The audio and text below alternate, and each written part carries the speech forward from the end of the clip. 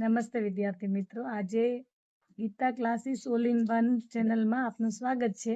અને આજે આપણે ધોરણ 3ના ગણિતના દાખલા બોક્સ મેથડના શીખીશું, જે આ પ્રમાણે છે. ચલો, હું નિવ્યાનને સમજાવું છું. નિવ્યાન, જો આપણને આપ્યો છે દાખલો કે 63 ગુણ્યા 54. હવે આને આપણે બોક્સ મેથડ બનાવવાની છે. તો બોક્સ મેથડ બનાવવા માટે આપણે પેલા કહેવાનું છે કે કેટલામાં 3 નાખ્યા તો 60 થયા.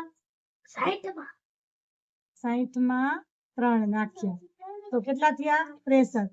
અને પછી અહીંયા આપણે ગુણાકારની નિશાની કરીશું એટલે કેટલાના 4 નાખ્યા તો 54 થયા? 50ના 50 વત્તા 4. હવે આની આપણે બોક્સ મેથડ બનાવશું. ચાલો, સમજાણું? હવે આ બોક્સ મેથડમાં આપણે શું કરવાનું? પેલા આ બેનો ગુણાકાર લેજો. કોનો? 50 અને 60 નો. તો 60 ગુણ્યા 50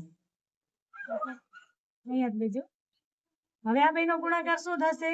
તો 6 પંચા 30 અને આ બે મીંડા મૂકી દેશું બાજુમાં, તો થઈ ગયા 3000. પછી આવશે 50 ગુણ્યા 3. 50 ગુણ્યા 3. આનો ગુણાકાર શું થશે? 5 તેરી 15. 15માં 0 નો 0 અહીંયા મૂકી દેશું. પછી આવશે 60 ગુણ્યા 4. આ બેનો ગુણાકાર થશે 60 ગુણ્યા 4. તો 6 ચોક કેટલા થશે? 6 ચોક 24 અને આ 0 નો 0. હવે 4 ને 3 નો ગુણાકાર શું થશે? શું થશે? 4 તેરી 12. 12 ના 12 થઈ ગયું.